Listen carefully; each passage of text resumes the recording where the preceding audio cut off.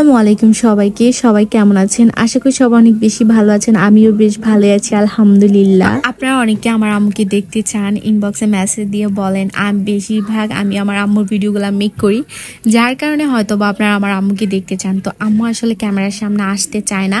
তো আজকে মেয়ে সবাই মিলে একসাথে শপিং করতে যাচ্ছি, ভাবলাম আপনাদের সাথে দিনটা শেয়ার করি। শীতকাল তো প্রায় চলে আসছে, তো শীতে শপিং কে কে করছেন অবশ্যই কমেন্ট করে জানাবেন।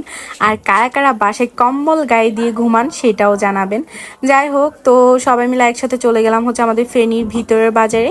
আর ওইখান থেকে আমার ছোট ছোট কিছু কাজিন আছে, সবার জন্য আজকে মূলত শপিং করছি, আর বোনদের জন্য তো অবশ্যই করছি। তো ওইখান থেকে কেনাকাটা করে দেন আমরা চলে যাচ্ছি হচ্ছে আপ্যায়নে। আর একটা কথা, আমার ব্যাকগ্রাউন্ডে হয়তো কিছু আওয়াজ হইতে পারে, তো ওইটার জন্য সরি।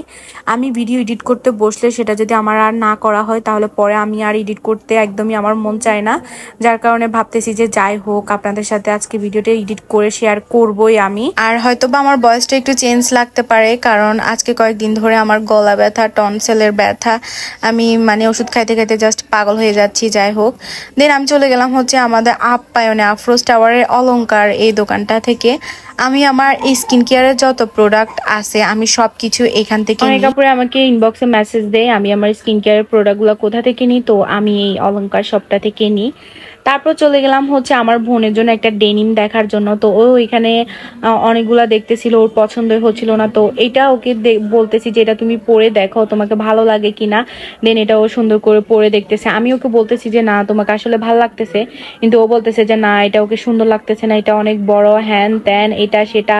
আবার আমাকে বলে তুমি পছন্দ করো। তো আমি পছন্দ করলে সেটা ওর কাছে ভালো লাগে না, তাহলে আমাকে কেন বলা হয় পছন্দ করতে, আমি এটাই বুঝি না। যাই হোক, তো ফাইনালি একটা পছন্দ হলো, তো এখান থেকে সেটা নিয়ে দেন এখন চলে যাব হচ্ছে গার্ডেন সিটিতে, কারণ আমার একটা ব্যাগ কেনার খুবই প্রয়োজন। আমার বোন থেকে ব্যাগ নিয়ে আমি যাই, যার কারণে ওর কাছ থেকে আমার অনেক কথা শোনা লাগে। তো আজকে একদম নিজে ডিসাইড করলাম যে না, আর আমার বোনের কথা শুনবো না, আজকে আমাকে ব্যাগ কিনতেই হবে। আর সেই ভিডিওটা অলরেডি আমি আপনাদের সাথে শেয়ার করছি, তাই ওইটা আর ভিডিও করা হয়নি। যাই হোক, তারপর আমার মনে পড়লো যে আমার আরো একটা কাজিন আছে, ওর জন্য কিছুই নেওয়া হয় নাই, সবার জন্য নিয়েছি কিন্তু শুধু ওর জন্য নেওয়া হয় নাই। তো এই দোকানটায় আসার পর একটা হুডি ওর জন্য অনেক বেশি পছন্দ হয়ে গেছে। তো পরে ভাবলাম যে না আসলে এটা ওর জন্য নিয়ে নেওয়াই উচিত, কারণ সবার জন্য নিয়েছি, ওর জন্য নিয়ে ওর পরে মন খারাপ হয়ে যাবে।